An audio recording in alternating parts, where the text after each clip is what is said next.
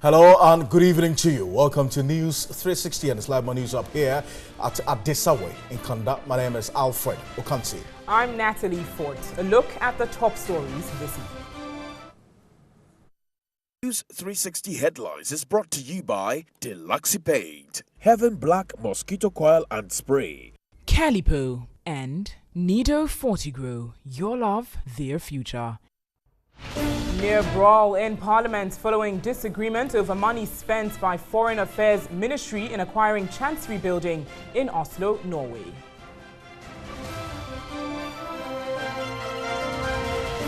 And Ghana to benefit from another compact program from Millennium Challenge Corporation.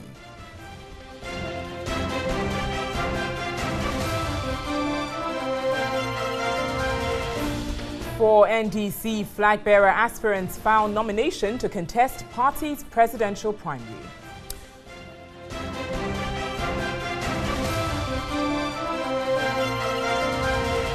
Well, in business tonight, fishermen at Jamestown in Accra consider taking a break.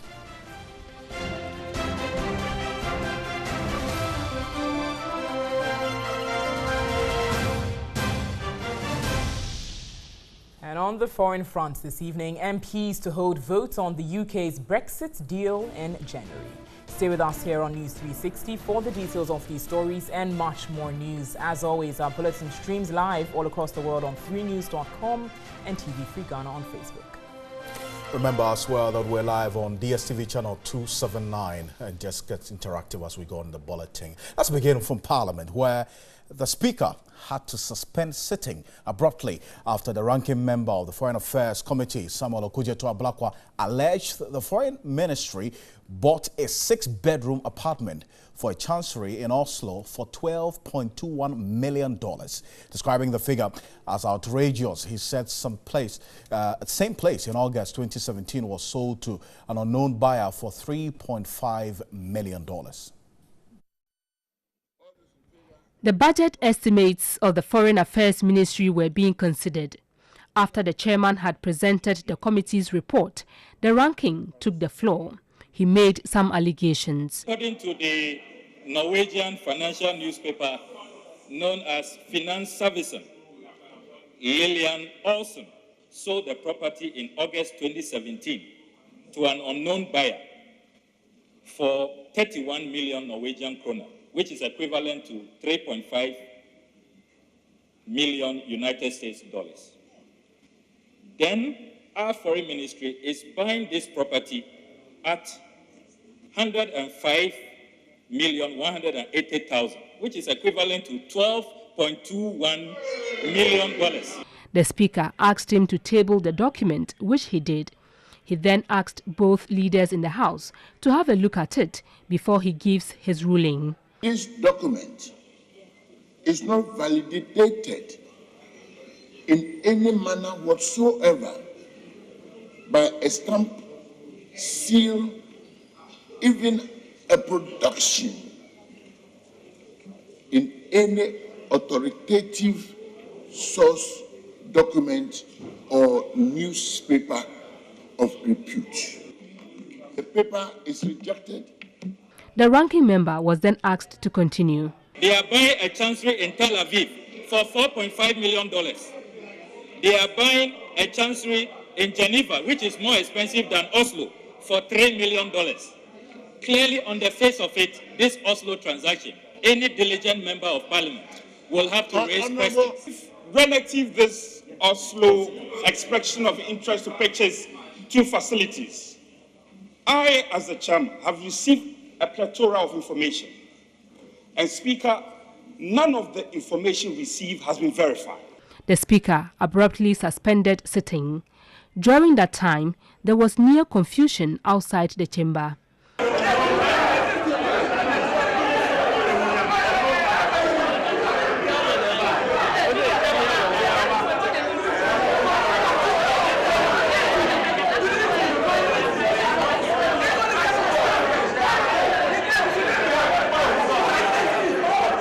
When the House resumed, almost about an hour, the minority insisted some monies had been released by the Finance Ministry with respect to the Oslo building. The majority leader suggested on 20th October 2018, the ministry, the Controller and Accountant General, made a commitment and start payment for establishment of diplomatic mission in Oslo, Norway, and Consulate General in Port Louis, Mauritius, and this was $15 million, meaning that some commitment had been made. What the minority chief we spoke to is not a commitment. It's not a commitment. There is a provision to do something. Preparatory to that, some releases have been made. Mr. Speaker, it is not a commitment to buy the property. The minister be given 3 months to brief the House findings her outfit would have conducted in the matter. The minister insisted she would not condone any act of wrongdoing. Mr. Speaker, the minority leader mentioned the fact that the Ministry of Finance had released over 15 million. I'd like to explain, Mr. Speaker, that this amount that was released was for goods and services, which includes the running of the 3 missions that we are about to open. She indicated she had asked for work on the Oslo building to be put on hold. Last week, Wednesday, I stopped them from going ahead to proceed on any act of acceptance. So as we speak, Mr. Speaker, I'm even told that the landlord is going ahead with others. No money has exchanged hands. We don't have a contract that would bind us to the purchase of that property. The budget estimates amounting to over 465 million cedis has since been approved for the Ministry of Foreign Affairs for the year 2019. Meanwhile, the Minister of Foreign Affairs, Shirley Ayoko Bochwe, has been explaining the near brawl between her and MP for Ningo Prampram. The video was a heated conversation between myself and Okujeto Ablakwa, who is the ranking member. And in the conversation, I was very disappointed, and he was also talking back, and I was making my point clear to him that I felt he should have consulted me or asked me where we were at concerning this Oslo matter before going on the floor. Because if he had, I would have told him that it's no longer an issue. And that is how, it was a very heated conversation. And I think that, that is allowed. And let me say that as we were having that heated conversation, Sam George had his phone app recording it. That is a violation of privacy. That is not acceptable. Why is everybody talking about, my stretching my hand to do what? To hit him, to assault him? How would I do that? I was talking to him that why are you recording? I'm sure you heard me saying, why are you recording? Why are you recording this? Well, this sort of generated some quick reaction, but there's a lot more in our subsequent bulletins. 1,200 police personnel have been deployed to secure identifiable threat areas in Accra ahead of the Christmas festivities. The Accra Police Regional Commander, DCOP Patrick Edusei Sapong, challenged personnel to display a high level of professionalism to ensure incident-free festive season.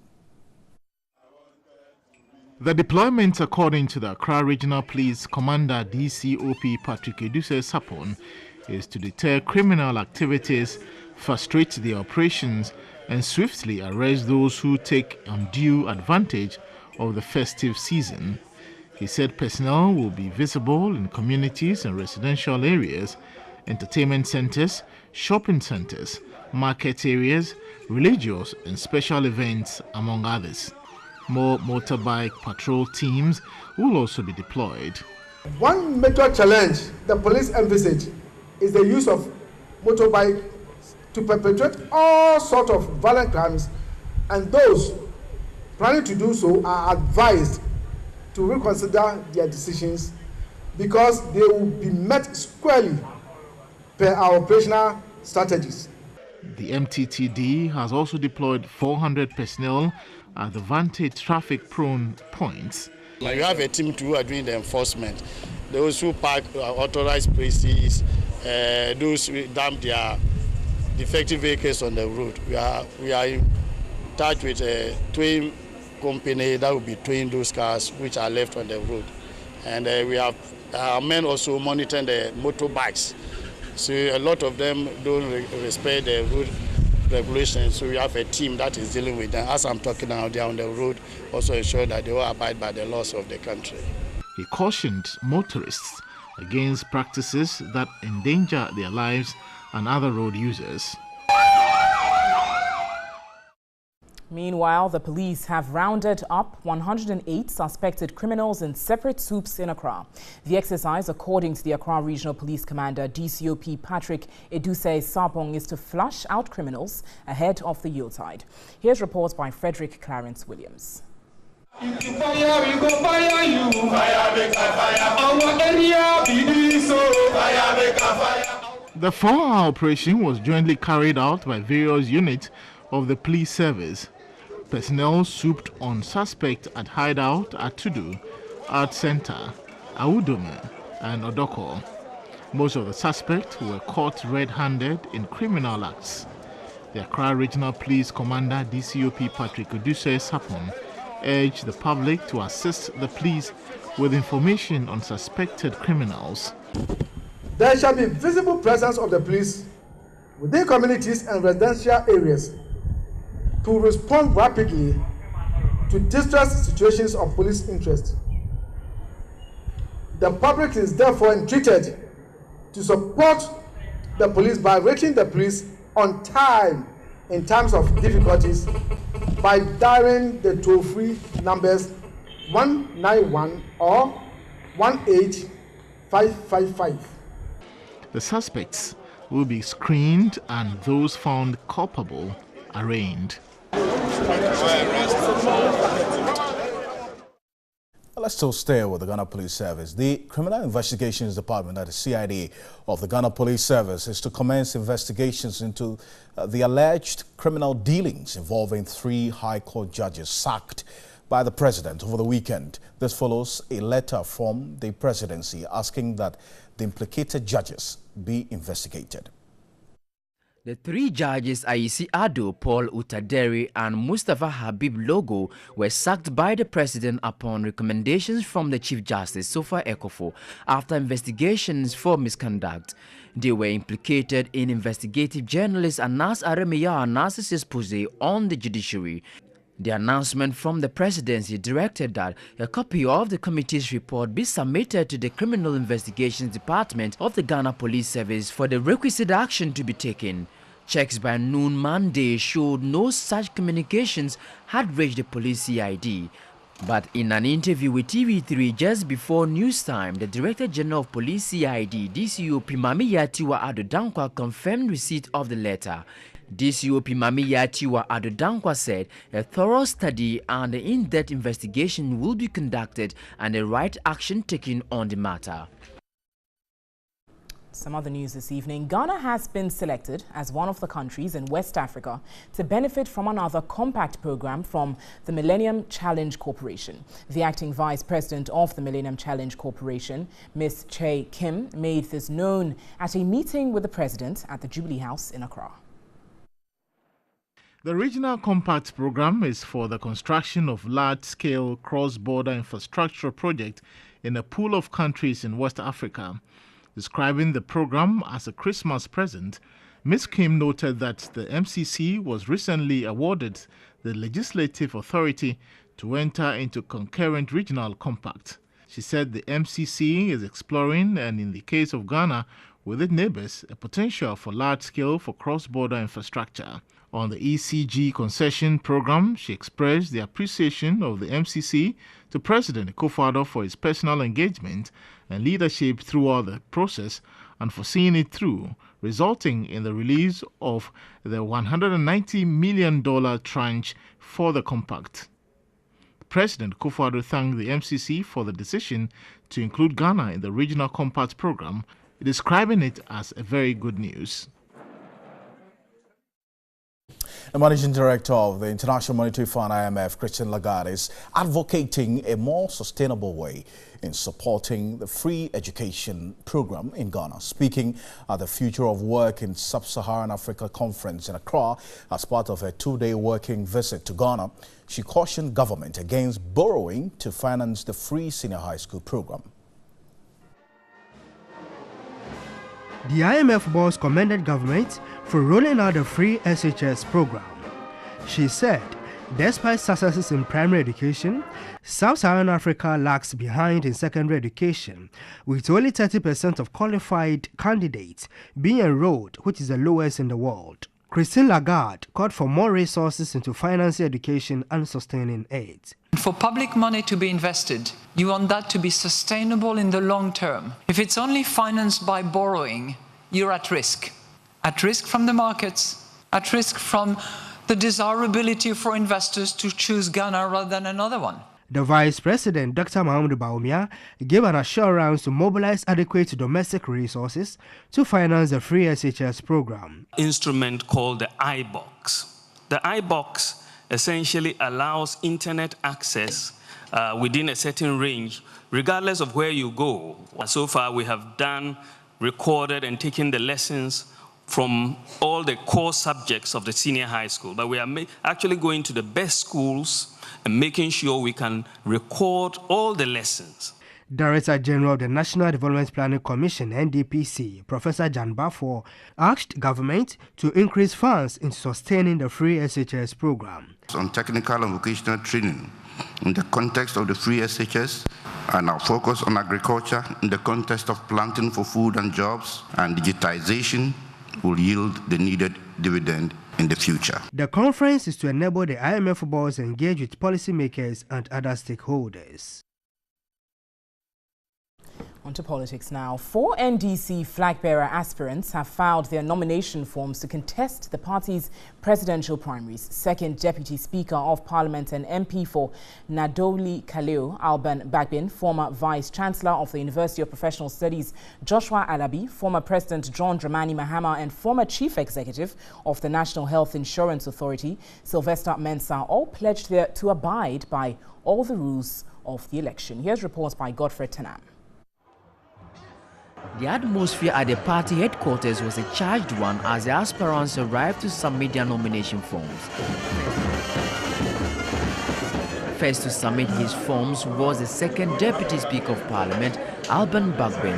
The Member of Parliament for Nadoli Kaleo expressed concerns over the filing fee, stating he will put the party on its right footing. It's very clear that we seem to have moved away. A clear indication is the filing fees. That's a clear indication, because money is now becoming one of the qualifications.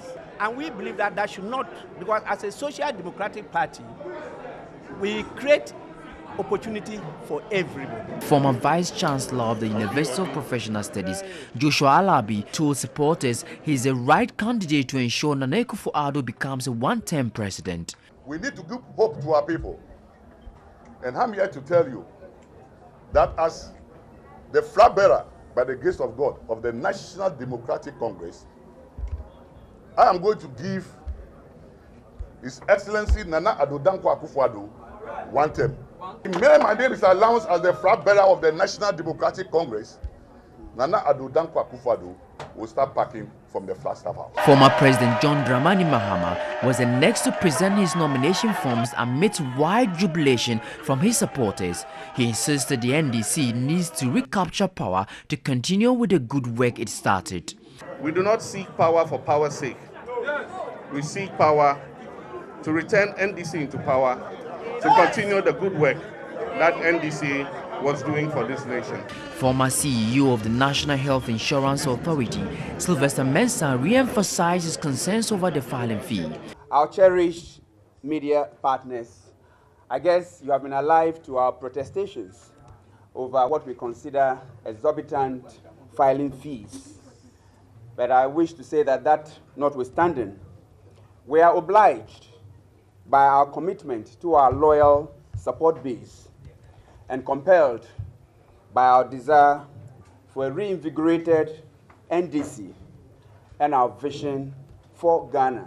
The chairman of the party, Samuel Ofosu-Ampofo, cautioned contestants to abide by the rules of the election and encouraged them to put their supporters to order. All hands are needed to be on deck to ensure that the project of NDC winning 2020 election becomes a reality. The General Secretary of the party, Johnson Esidu Nketia, said the various funds will be scrutinized. Former Trades Minister Ekos Pio Gabra, businessmen Alhaji Nuruddin Idrisu and Stephen Atubiga, and a cadre of the party, Gusitano, who all picked nomination forms, are yet to submit them.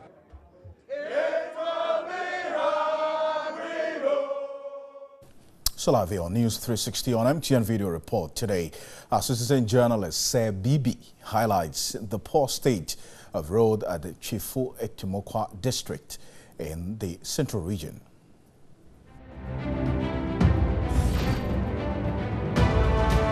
This is a major road linking Chifu to Dunkwa Onofin and also Awisem and Chifu Chirenkum. And the people here claim the SO administration has captured this as part of the cocoa road that he built. Yet, as you can see, there are a lot of big potholes and big ponds on this road. As a result, drivers charge exorbitant prices just to commute people on this road. So we plead on the government and also authorities involved to come to our aid and help build this road. This is Sir Bibi reporting from Chufuchinkum in Chifu Etimokwa district, Central Region.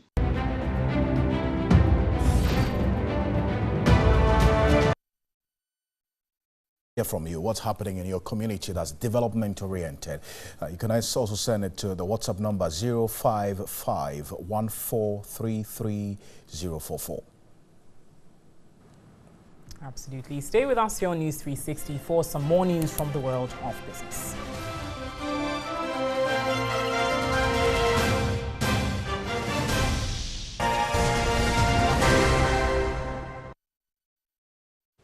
Hello, good evening and welcome to the business news on News 360. Thanks very much for staying tuned in. My name is Pa Kwesi Asari.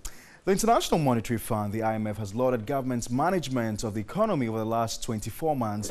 The managing director, Christine Lagarde, who called on President Akufo-Addo as part of her 3-day working visit to Ghana, noted all the economic indices suggest that Ghana is on the right path.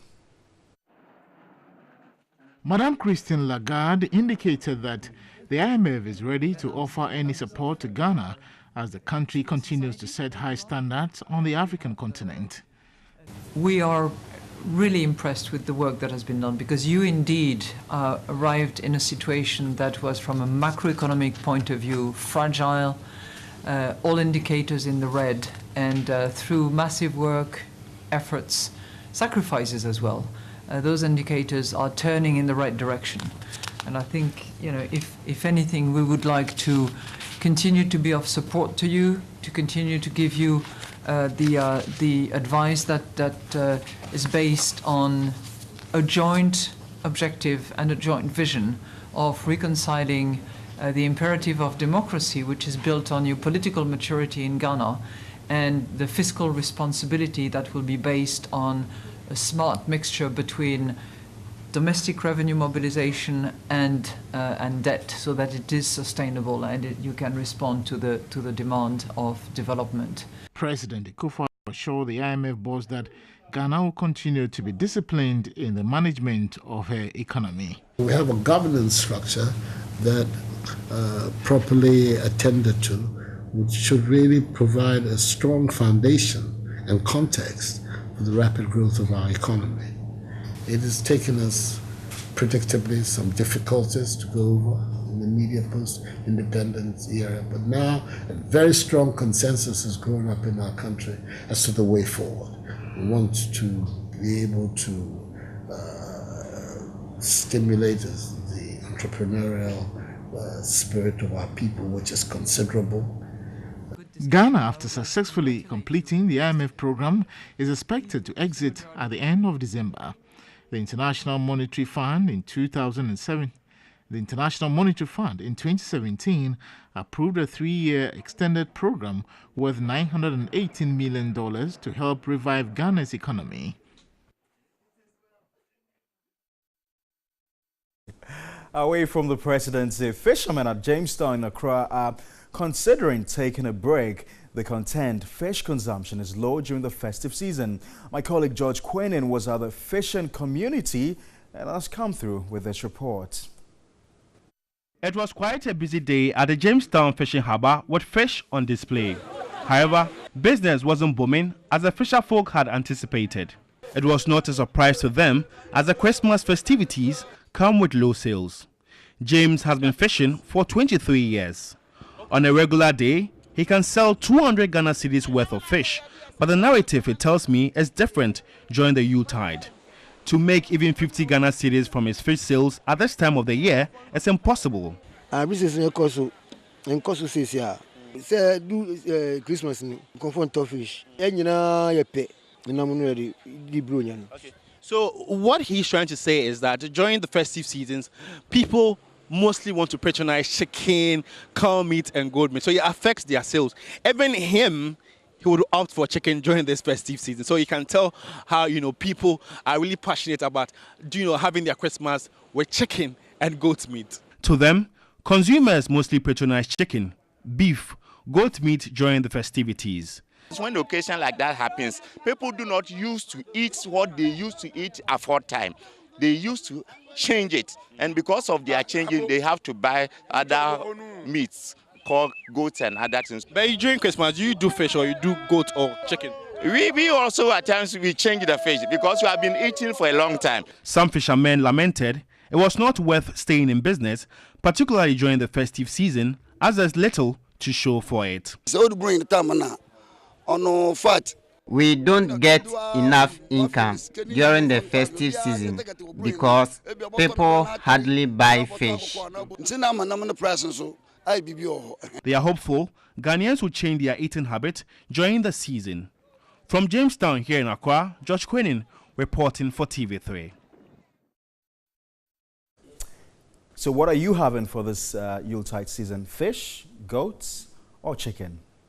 Some other stories. There's some good news for customers of Cal Bank because the local bank has mobilized the 400 million cedi new minimum capital required ahead of the December 31 deadline by the central bank. Now, shareholders of the bank at an extraordinary general meeting in Accra approved the transfer of 50 million cedis from the bank's income surplus to add to the stated capital.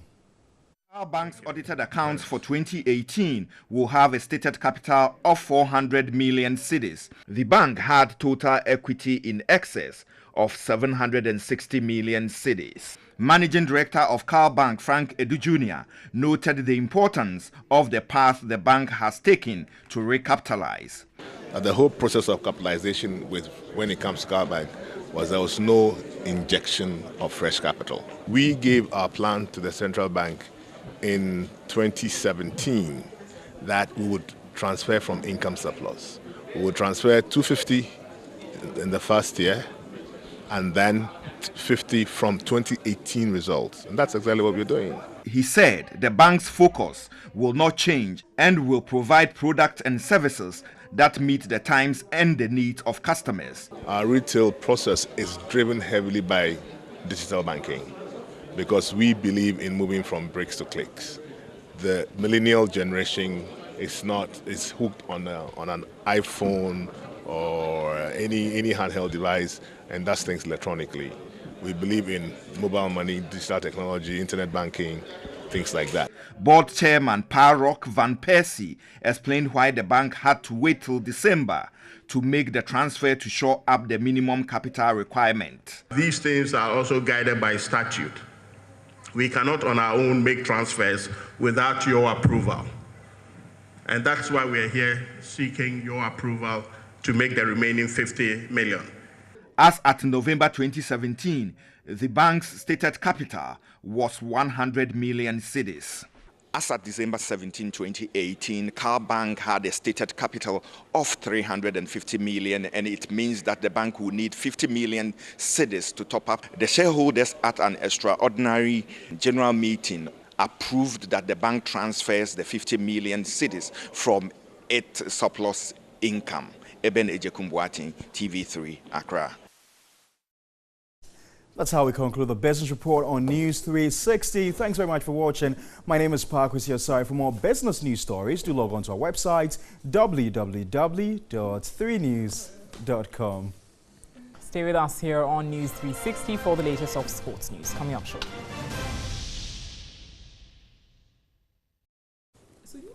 All right, so interesting the things that happen in the studio when we go off air. But good evening. It's now time for some entertainment and lifestyle news with me, Nana Kwedrado. Now, last night, Celebrations was launched, season 5 of acclaimed choral and a cappella competition. Celebrations has been launched with tagline Heaven Must Hear. It promises to thrill viewers with spirit-filled and soul-lifting songs. As the General Manager for Operations here at Media, General Winfred Kingsley Affo, wished contesting groups well, urging them to bring their A-game on. When the weekend carry us away, captivity, hey,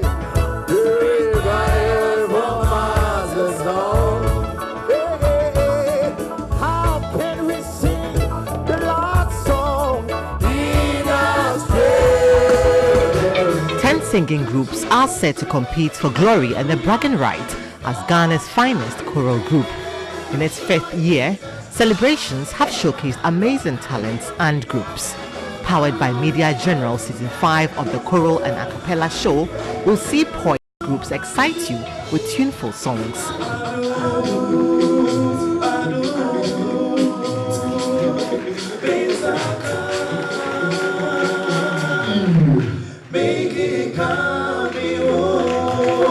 Making a giant return to the screens, the launch was spiced up with some breathtaking performances.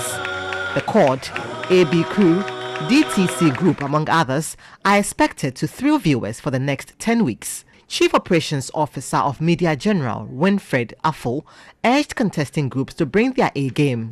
We wish you well. You've gone through quite some stringent auditioning, and it's a competition. So you need to be very creative, you need to be unique in your own way. And so we are giving you all the necessary support. And for our viewers, we are in to ensure that you enjoy the Xmas season. So may the best contesting team win. Veteran gospel musician Reverend Thomas Yosen and lecturer at the University of Ghana Department of Music, Bernard Amache Boateng, will serve as judges. It's been a great start. You can see that the groups are fired for a big contest and it's going to be tough. They did wonderful, and I'm seeing a keenly contested program. And all in all, we are expecting to have a very good competition, looking out for diction, looking out for creativity, looking out for people who can really affect the crowd, and then we'll have a good show. Make a date with Celebrations this and every Sunday at 8 p.m. And there you have it, and that's how we wrap up tonight's edition of Entertainment News here on News 360. My name is Nana Kwedrado Alfred and Natalie. Thank you.